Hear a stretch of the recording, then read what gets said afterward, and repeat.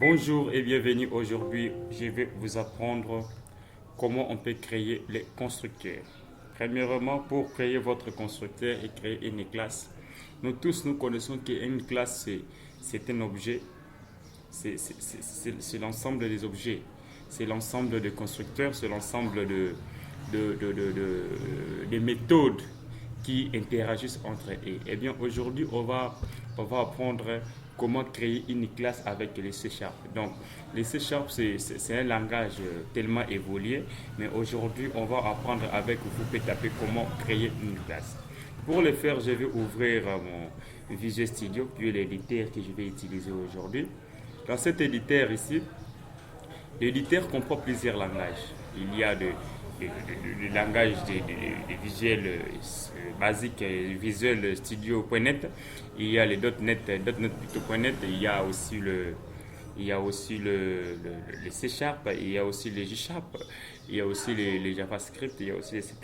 Donc, il comprend beaucoup de langages. Pour cela, je viens sur les nouveaux projets et je vais aller utiliser les modes console. Dans les modes console ici, ça va nous permettre donc de créer cette classe. Eh bien, pour cela, j'ai écrit exercice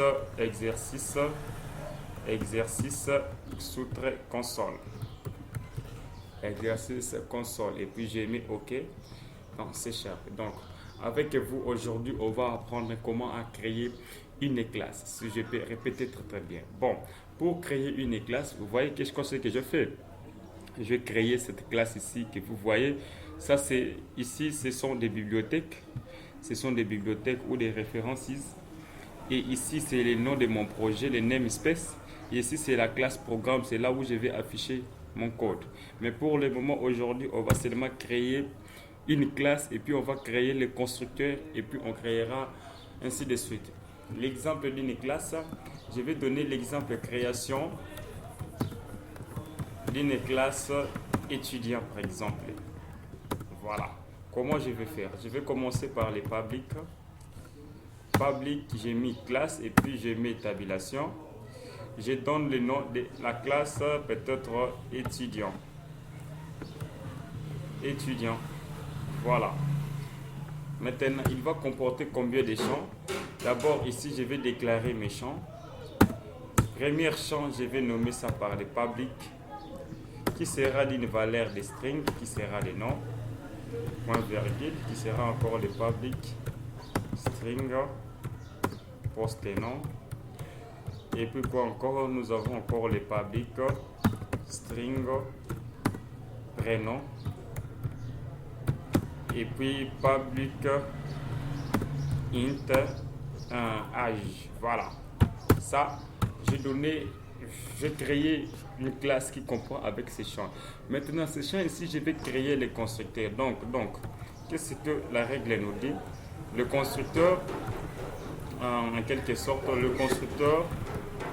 constructeur porte les mêmes noms, les mêmes noms que la classe. Voilà.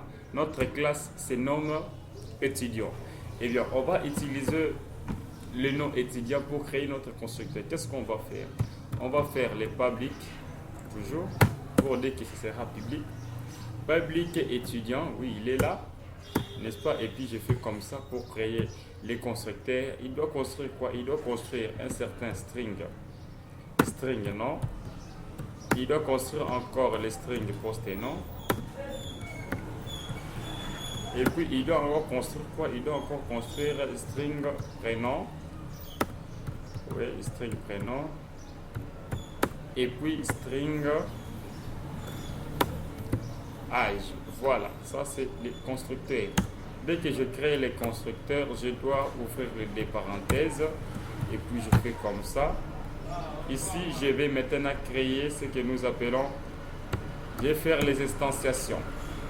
Donc, je vais faire les instantiations.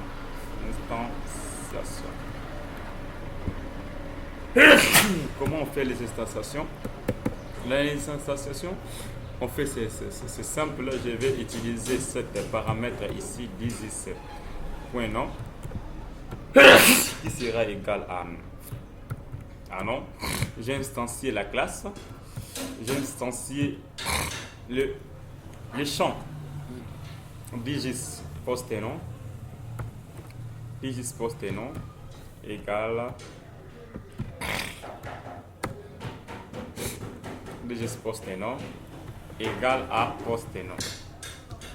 Point virgule. Et puis digis